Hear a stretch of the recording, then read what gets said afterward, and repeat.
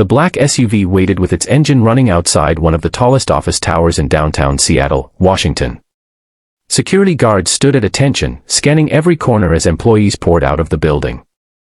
Everything looked perfectly normal, until a quiet 11-year-old girl selling handmade bracelets nearby suddenly froze.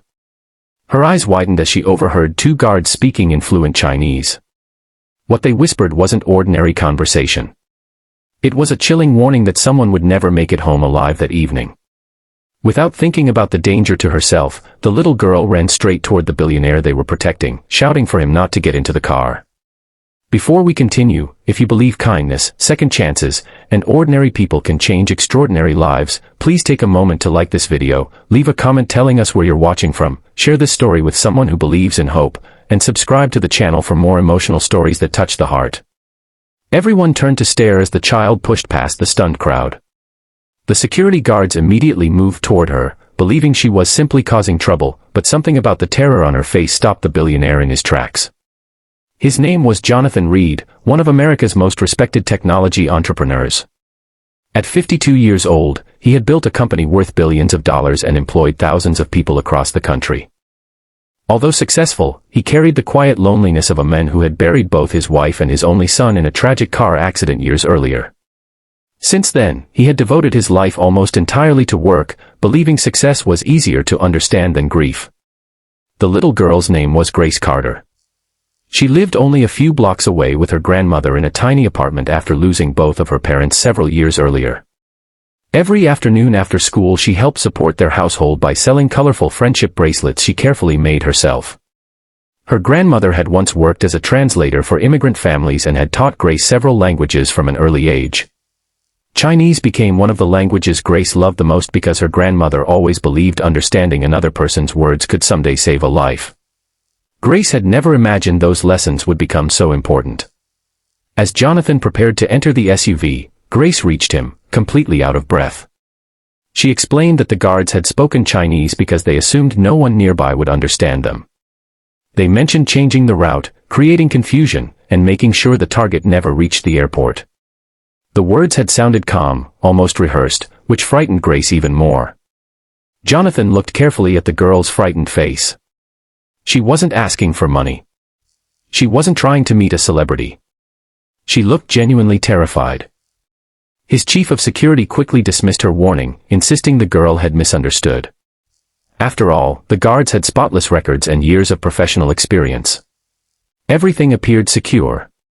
But Jonathan couldn't ignore something deep inside him. Years of leading companies had taught him that sometimes instinct recognized danger before evidence appeared. Instead of getting into the SUV, he calmly instructed everyone to wait. Within minutes, another security supervisor quietly began reviewing surveillance footage while investigators checked the guards' backgrounds more carefully. What they discovered shocked everyone. The two guards had recently received unexplained payments through several overseas accounts. Even more disturbing, a sophisticated explosive device had been secretly attached beneath Jonathan's vehicle earlier that afternoon. The bomb squad arrived just in time. The entire street was evacuated. Had Jonathan entered the SUV only moments earlier, there would have been almost no chance of survival. News spread rapidly throughout Seattle that evening.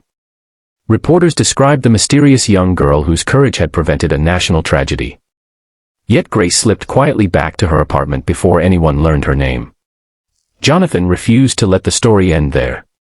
Using the few details witnesses remembered, his team spent several days searching for the girl who had saved his life.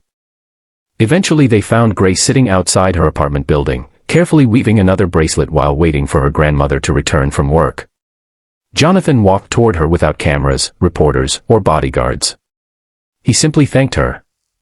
Grace smiled shyly and admitted she had only done what anyone should do. Jonathan knew that wasn't true. Many adults would have remained silent out of fear. An 11-year-old child had risked everything to protect someone she had never met. When Jonathan visited Grace's apartment, his heart quietly broke. The building was old and poorly maintained. Rain leaked through parts of the ceiling. The furniture had been repaired so many times that every chair looked different. Their refrigerator held only a few basic groceries. Yet despite having almost nothing, Grace and her grandmother welcomed him with warm smiles and homemade soup. Jonathan noticed something else. Books. Every shelf overflowed with borrowed library books. Grace loved reading about science, languages, history, and medicine. She dreamed of becoming a doctor someday because she wanted to help children whose families couldn't afford expensive healthcare.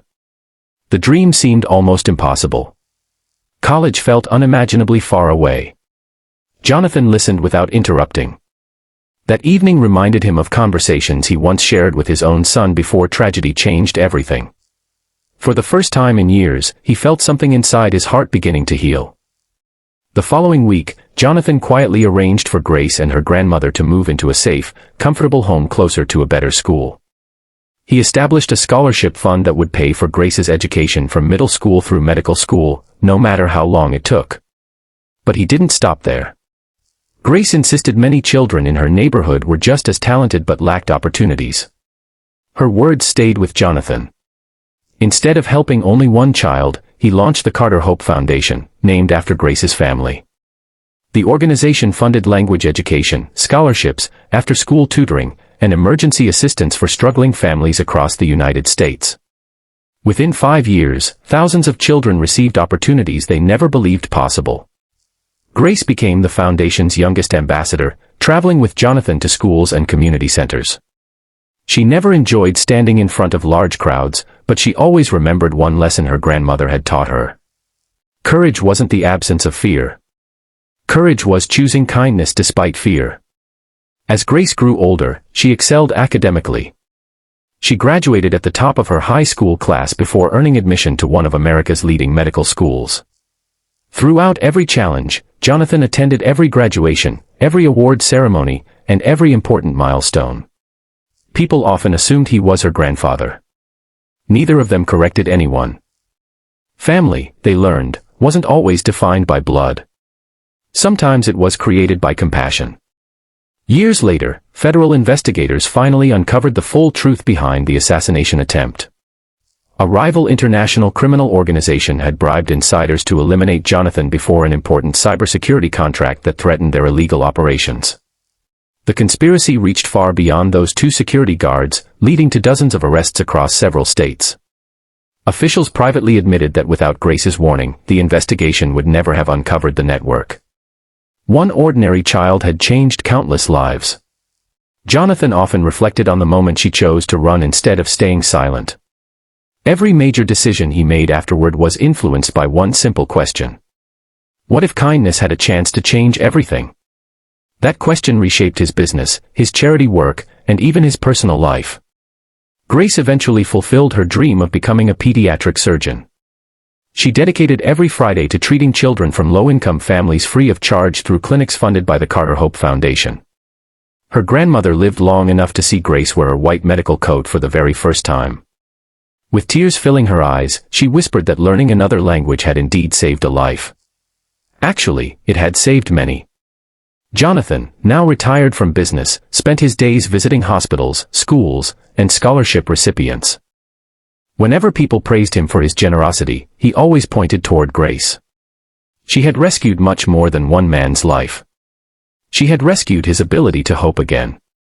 If this story has touched your heart so far, please like this video, share it with someone who needs encouragement today, subscribe to support more inspiring stories, and leave a comment because your support helps these messages reach people who need hope the most.